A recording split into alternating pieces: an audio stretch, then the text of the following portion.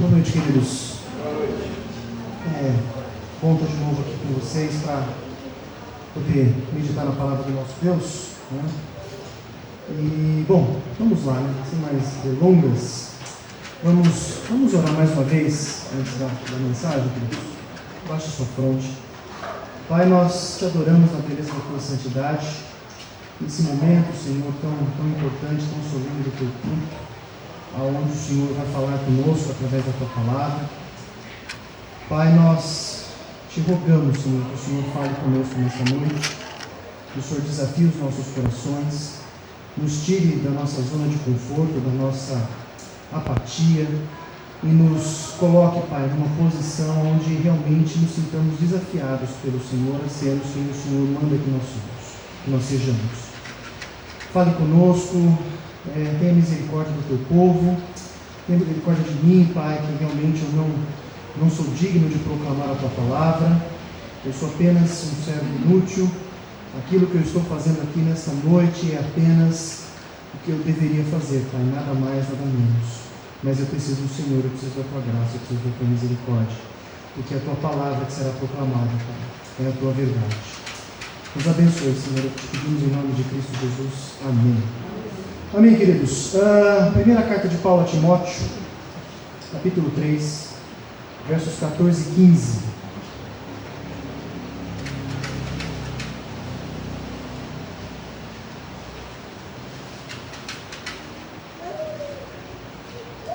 Primeira Timóteo, capítulo 3, versos 14 e 15.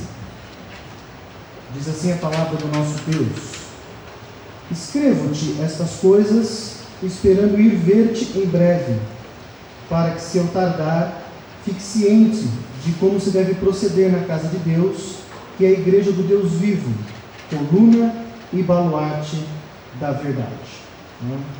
Coluna e baluarte da verdade. Queridos, qual que é a maior necessidade da igreja hoje? Discernimento. Discernimento é a mais desesperadora necessidade nos dias que a gente vive. O discernimento é o aspecto mental da nossa salvação. É o que direciona a gente para que a gente possa separar a verdade da mentira. É o discernimento. E no texto que a gente acabou de ler aqui, Paulo, depois de ele orientar Timóteo como tratar os falsos mestres na igreja de Éfeso, após ele ensinar Timóteo a estabelecer princípios sobre a condução do culto, a determinar as qualificações dos pastores e dos diáconos, ele faz essa descrição da igreja, coluna e baluarte da verdade. E é terrível, terrível quando a gente pensa nessa descrição que ele faz em relação à igreja dos nossos dias, E ele poderia ter descrito a igreja de várias outras formas, Poderia ter descrito a igreja como o conjunto dos redimidos, comunhão dos crentes, os santos que estão sendo levados para o céu, aqueles que foram justificados pela fé, mas não. Ele define a igreja como coluna e baluarte da verdade, porque essa é a definição da definição. Essa é a definição central. É a definição que suporta todas as outras definições. Agora, por que essa é a definição da definição? Porque a gente vive num mundo de engano, de mentira. E a única maneira da gente lidar com o engano é trazer a verdade contra ele. Então a verdade nas nossas mentes, queridos, nos protege, gerando discernimento. É esse o processo. E o mundo ele não vai conhecer a verdade senão por meio da igreja. Por isso a importância da gente saber quem nós somos, qual a imagem que Deus tem de nós, e no que isso implica na minha vida prática, como agente da salvação e arauto da verdade de Deus, que eu e vocês nós somos. Então a gente vai ver rapidamente aí 3 palavras-chave desse texto, para a gente poder entender a importância que é a igreja ser a casa, a coluna e baluarte da verdade, e quais as implicações disso para a nossa vida. Então a primeira palavrinha, está tudo no verso 15, a primeira palavra-chave aí é casa. Fique ciente de como se deve proceder na casa de Deus. Então casa tem esse sentido aí de habitação, um lugar onde alguém habita, mas também tem a conotação de família. E a palavra nesse texto tem ambas as conotações. A igreja não é apenas onde Deus habita, mas também está relacionado à graça dele e nos fazer seus filhos por adoção. Então, não é nunca, queridos, nunca uma referência a um edifício físico, ao templo, mas às pessoas que constituem a verdadeira igreja. E só pode ser esse o sentido da palavra, a habitação de Deus e família, porque logo na sequência Paulo diz que essa casa é a igreja do Deus vivo. E igreja é simplesmente reunião de crentes. A palavrinha grega em eclésia, traduzida como igreja, é simplesmente assembleia, reunião de pessoas chamadas para um propósito. E essa palavrinha reunião, ela anula vários conceitos errados de igreja. Primeiro, igreja não é prédio, nem templo. Eu preciso tomar cuidado quando eu uso a expressão casa de Deus para se referir ao edifício. Porque a igreja não é templo, a igreja não é prédio. A igreja não é denominação. A igreja ela não é placa. Não é? A igreja ela não é individualizada. Hoje virou moda essa história do eu sou igreja. Isso é uma mentira. Isso é uma mentira. Ninguém é igreja. Eu e vocês, nós somos parte da igreja de Cristo. A diferença é sutil, mas é fundamental. Então a igreja está sempre relacionada ao plural, nunca ao individual. É reunião em qualquer lugar de qualquer número de crentes. O que Jesus fala lá em Mateus 18, onde 2 ou 3 estiverem reunidos em meu nome, aí estarei no meio deles. Isso refuta, queridos, qualquer conceito de isolamento, pois é um grupo de pelo menos 2 pessoas. Por isso, o indivíduo nunca é uma igreja. Nunca será. Nunca foi. A pessoa que crê assim, na melhor das hipóteses, ela está extremamente equivocada. A igreja, ela é a plenitude de Cristo. Isso é vivido de maneira local, na igreja local, nisso que nós estamos tendo aqui no Monte com nós. É impossível eu, como cristão, viver todas as experiências que Deus quer que eu viva, que me transformará naquilo que Ele quer que eu seja, fora do contexto da igreja local. Jesus faz a coisa acontecer aqui na Vila Teixeira, no Jardim Florença, no Jardim Lins, no Jardim Nogueira. Enfim, a coisa não acontece em casa, na internet, no futebol, no churrasco. Acontece aqui. Nisso que nós estamos vivenciando nessa noite, por exemplo. Então eu posso participar de conferências, eu posso ir na Fiel, eu amo ir, posso ser edificado lá, mas aquilo não é igreja. Isso aqui. Eu preciso viver a vida comum da igreja local, nesse contexto de família, que é onde Deus de fato habita. Tudo isso está embutido dentro dessa palavra casa, que é a primeira palavra-chave para a gente poder entender essa definição de igreja, que é a definição das definições. Mas tem a segunda palavra, e agora a coisa começa a complicar. A segunda palavra é coluna. Ele fala que é a igreja do Deus vivo, vírgula, coluna da verdade. Então, a gente já viu aí que casa é onde Deus habita, e é a família dele. E agora nós temos que essa família é a coluna da verdade. Então, coluna tem o sentido figurado aí de apoio, de sustento. Por exemplo, esse irmão é a coluna da igreja. Eu já ouvi, irmãos falando, não, sabe o irmãozinho lá mais velho, ele é a coluna da igreja. É esse apoio, é esse sustento. A palavra grega é stulos. Então a igreja sustenta a verdade de Deus. Ou seja, a igreja ela sofre por causa da verdade, ela confirma a verdade, ela mantém a verdade, ela protege a verdade, ela mantém a verdade própria. Todos esses significados eles estão presentes na definição da igreja como coluna. Queridos, isso tem que fazer a gente repensar tudo à nossa volta. Todos os meus passos, do momento que eu me levanto até o momento que eu vou me deitar. Porque se eu faço parte de um povo que é a sustentação da verdade de Deus, isso significa que essa verdade tem que ser o meu respirar, o meu comer, o meu pensar, enfim, toda a minha vida deve pulsar a verdade bíblica. Não tem outra opção. Isso significa que eu devo medir todas as coisas, meus relacionamentos, meu trabalho, família, pensamentos, decisões, opiniões, a forma como eu vejo o mundo, tudo eu tenho que medir pelo crivo da verdade de Deus, que é a Bíblia. Mas infelizmente não é o que a gente vê acontecer hoje, né? A gente tem a tendência, queridos, de criarmos as nossas próprias ideias sobre as coisas à nossa volta. Inclusive a gente tem a tendência, não é, de viver um cristianismo que é formado a partir das minhas opiniões sobre ele, não a partir do que a Bíblia diz sobre o cristianismo, né? Então, quando isso acontece, eu estou sendo coluna da minha verdade, não da verdade bíblica. Os irmãos conseguem imaginar isso? Acontece o tempo todo o tempo, né? A gente mais tem observado hoje são cristãos que tomam decisões, observam as coisas e tecem opiniões baseados apenas naquilo que eles acham, não no que a Bíblia diz, né? Nesse sentido, as redes sociais aí da internet, né, Facebook, Twitter, WhatsApp, eles são um perigo para a imagem de Deus, para a imagem da igreja no mundo, né? Agora, vamos entender isso direito, né? Por quê? Porque por causa de uma suposta segurança que o anonimato virtual me proporciona, eu me sinto tentado. E eu caio na tentação frequentemente de me mostrar nesse contexto como eu realmente sou, o que eu realmente penso sobre tudo e sobre todos, né? Isso é uma tentação muito perigosa. Então, quem tem Facebook aí, Twitter, a gente usa o WhatsApp, tem que tomar um extremo cuidado, porque essa é uma tentação que bate na nossa porta o tempo inteiro. A gente acha que a gente está seguro por trás ali de um anonimato que é tolo, né? Porque está a nossa fotinha ali. Todo mundo está vendo, gente, né? E a gente acha que dá para a gente falar qualquer coisa que vem na nossa cabeça e vai ficar por isso, que não vai ter consequência, que não tem ninguém lendo, né?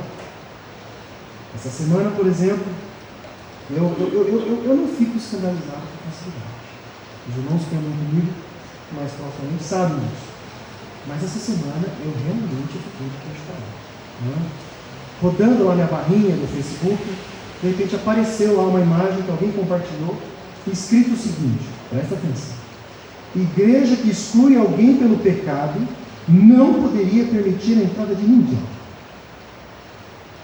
Isso apareceu para mim, né? Várias pessoas compartilharam, vários curtiram, concordaram, enfim. Eu vou citar apenas dois textos que destroem essa frase, né? Mateus 18, 15 e 17, Jesus falando sobre esse assunto, e 1 Coríntios 5, 1 a 13, que é Paulo, inspirado pelo Espírito Santo, falando, ou seja, é Deus falando sobre esse assunto nos dois textos. São só dois, tem vários. Agora pensa, que mensagem passa o cristão que compartilha uma frase dessa? Para incrédulos ver, né? E os cristãos que comentam concordando, dando o botãozinho do like, né, do curtir, que mensagens estão passando? Queridos, quando eu me comporto dessa forma, a última coisa que eu estou sendo é coluna da verdade. Na verdade, eu não estou sustentando a verdade de Deus, eu estou, na verdade, explodindo essa coluna. É isso que eu estou fazendo quando eu me comporto dessa forma, né? Mas Deus nos vê assim, Ele coluna da verdade. Ele nos fez assim quando Ele nos salvou, e Ele manda que a gente viva de acordo com essa identidade. Então, quando eu não me comporto dessa forma, das duas uma: ou eu ainda estou condenado nos meus pecados, ou eu sou um crente muito rebelde que precisa de uma lição urgente do Senhor, que vai chegar lá. Pode pensar, né? Agora, de uma forma ou de outra, a situação é gravíssima, né? Porque o mundo me vê como parte da igreja do Senhor, e o que ele vê? Me vê propagando mentira, disseminando engano, né? Agora, queridos, vamos pensar um pouco sobre isso. É admissível isso? Isso cabe a pessoas regeneradas que tiveram seus olhos abertos do engano do pecado para a luz da verdade de Deus revelada em Cristo. Tem cabimento esse tipo de comportamento, né? Queridos, discurso é duro, eu sei, né? Mas quando a gente ama a verdade de Deus, é natural e salutar que se odeie todo tipo de engano e mentira que se levanta contra a verdade de Deus.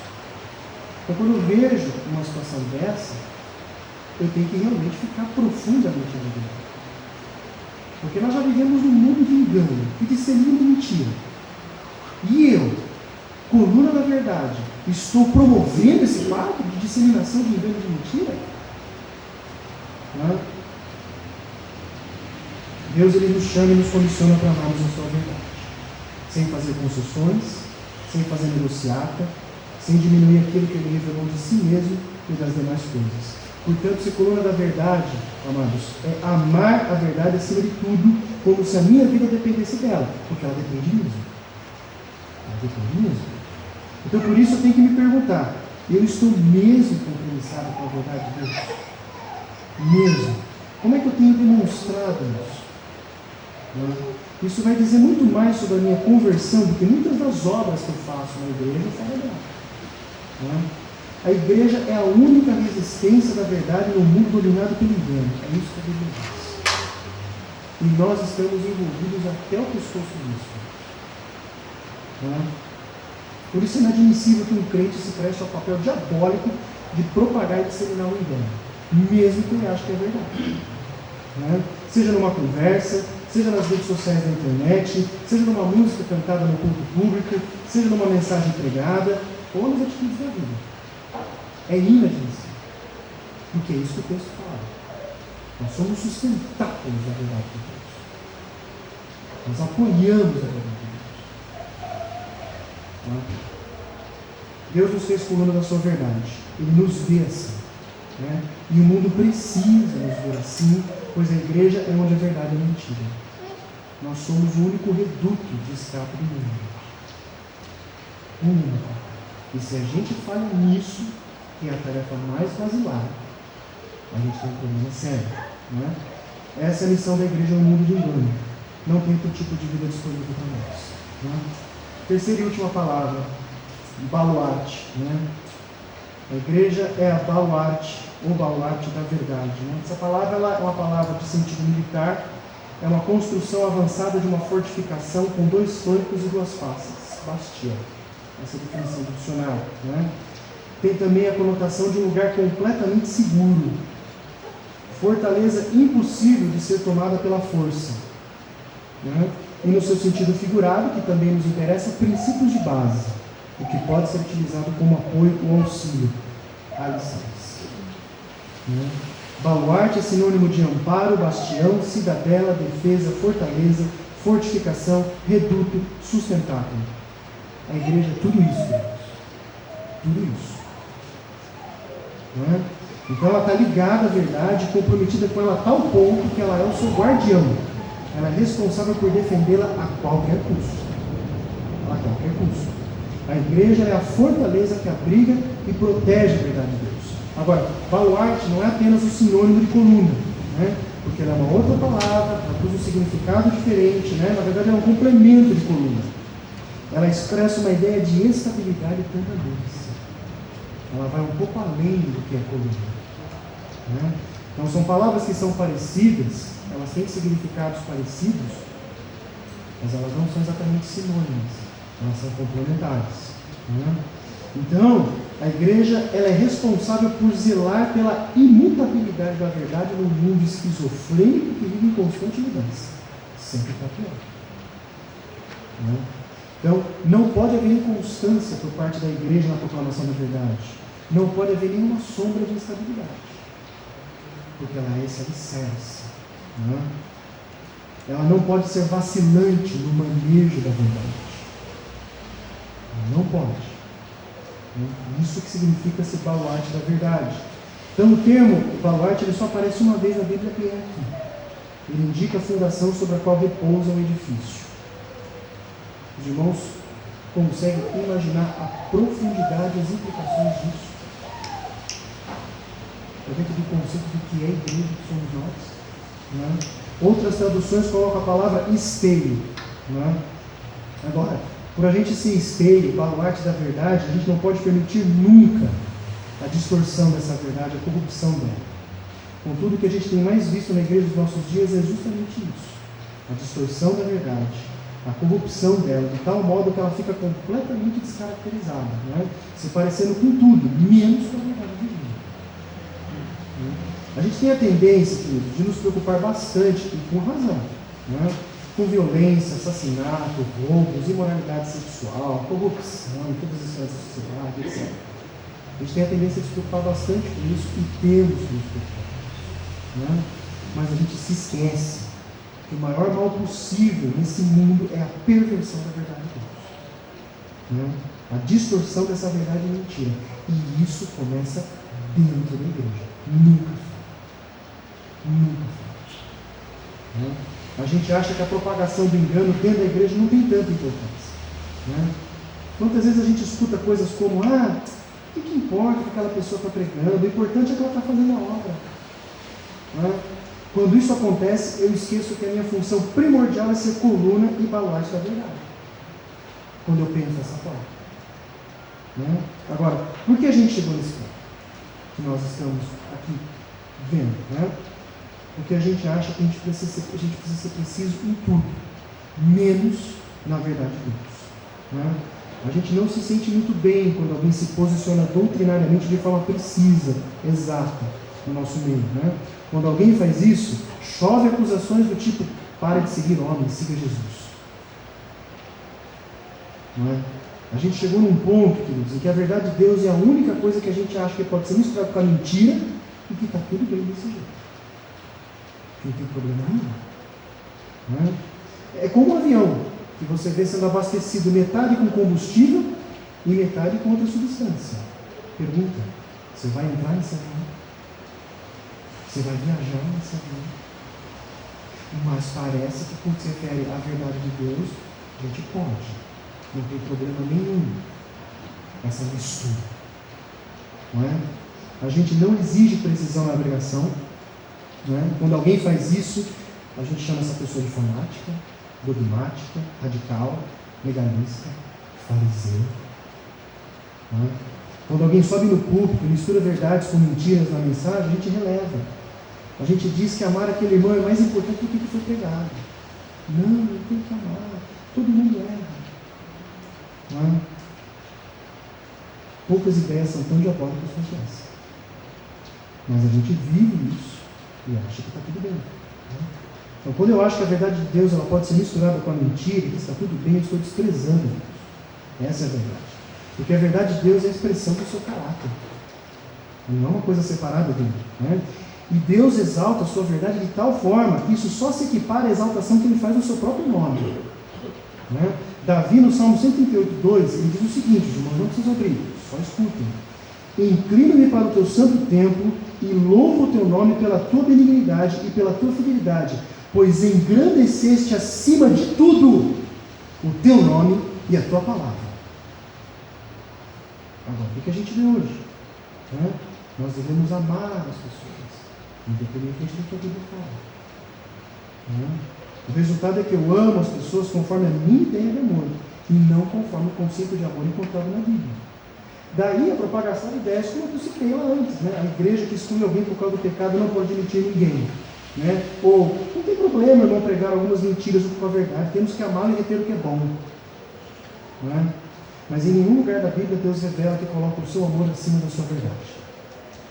Nenhum. Ao contrário, no topo assim, está o seu nome e a sua verdade, e abaixo o resto. A verdade de Deus revelada na Bíblia é a nossa direção para demonstrarmos o amor bíblico. O amor segundo Deus é radicalmente diferente do amor segundo as minhas opiniões. Então eu só amo biblicamente quando eu amo de acordo com a verdade revelada de Deus. Qualquer outro conceito fora disso não é amor bíblico, é outra coisa. É outra coisa. Queridos, me constrange saber o quanto a gente despreza Deus dia a dia por pensar de forma diferente do que Ele pensa. Né? E perceber que Ele me deixa vivo no fim do dia para adormecer nos seus braços e acordar no outro dia para mais uma chance de viver e pensar de acordo com a sua verdade. E que frequentemente não isso acontece. Né? Por isso que eu tenho pensado muito mesmo na necessidade de toda manhã quando a gente acorda, a gente vai orar a Deus. Eu tenho que agradecer a Deus por nos fazer acordar vivos depois de um dia anterior onde eu só desprezei Ele, como os outros fez dessa forma. Nós somos a fortaleza que abriga a verdade imutável de Deus. Os irmãos conseguem pesar a responsabilidade disso. Eu sou essa fortaleza, junto com os irmãos, quando eu entendo precisamente a verdade de Deus e eu proclamo essa verdade de forma precisa, sem rebardas, completa, sem obscuridade, sem gorduras. Isso vai demandar de mim que eu me posicione sobre assuntos bíblicos. Eu preciso criar convicções bíblicas sobre assuntos bíblicos. Eu preciso me posicionar. O muro, queridos, é do diabo, nessa casa famosa de nossa criança. Eu preciso me posicionar. E isso acontece quando eu me debruço sobre a Escritura e estudo. Isso não acontece quando eu falo as minhas convicções sobre as convicções da outra pessoa. Um irmão mais próximo, mais maduro na fé, um pregador, enfim. Isso acontece quando eu percorro o mesmo caminho de estudo e reflexão que essas pessoas percorreram e no final eu chego à mesma conclusão que elas. Ou não. Talvez eu chegue a uma outra conclusão bíblica, mas eu percorri o caminho. A gente tem que fazer isso. Por isso que eu fiquei particularmente fascinado pela mensagem do domingo à noite. Os irmãos devem se lembrar. Porque se você for parar para pensar numa análise superficial, o que o pastor falou no domingo à noite parece não ter muita aplicação prática. Coisas que o cristão deve saber.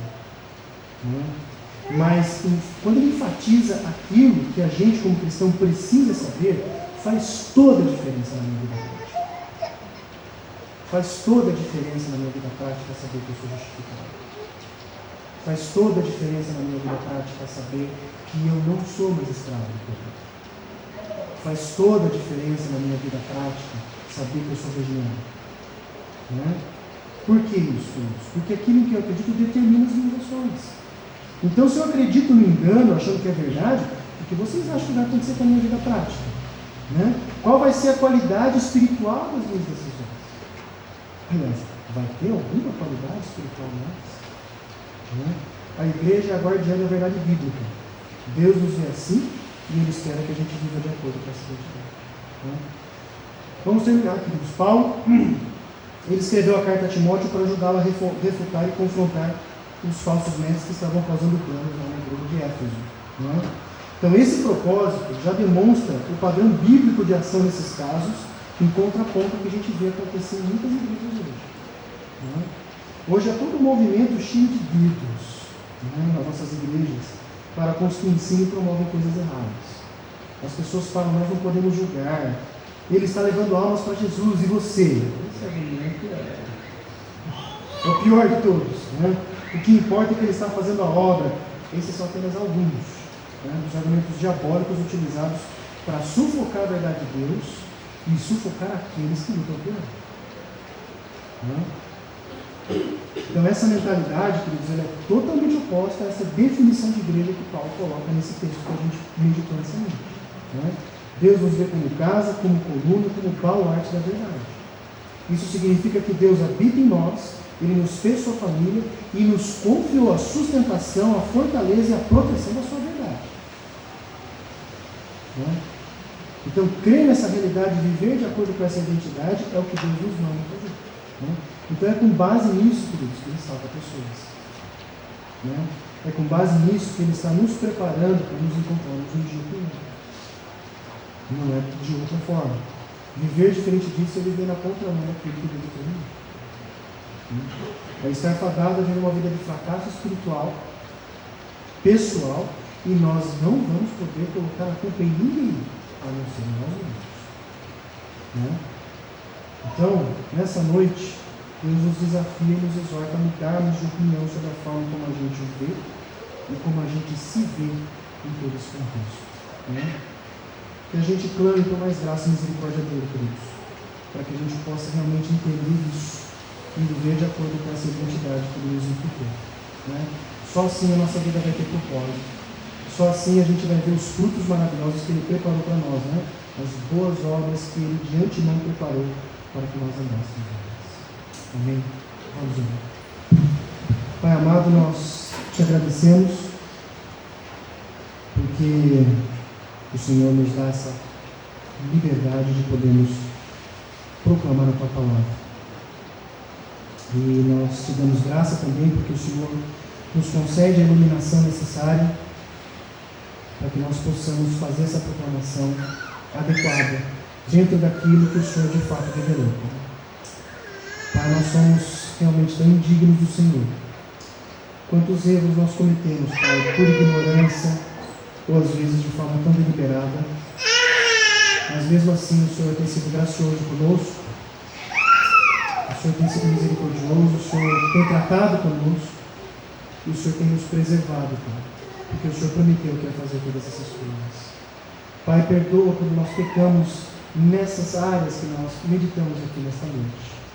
Nós queremos realmente aprender mais do Senhor e mais com o Senhor. Nós realmente desejamos ser a semelhança do Seu Filho. Nós queremos realmente fazer o certo. Nós temos essa luta que o Senhor bem sabe, essa luta contra a nossa natureza adâmica, que frequentemente nos impulsiona para o lado do engano, para o lado da mentira. Então nós clamamos a Ti, Pai, que o Senhor nos preserve disso, que o Senhor nos purifique disso. Obrigado por essa noite, obrigado por esse culto. Despeça-nos agora em segurança para os nossos lares, e que essa palavra, Pai, realmente transforme os nossos corações, que nós possamos realmente pensar e ver o mundo, ver o Senhor e nos ver de forma mais bíblica do que a gente vem vendo até então. É o que te pedimos em nome de Cristo Jesus. Amém.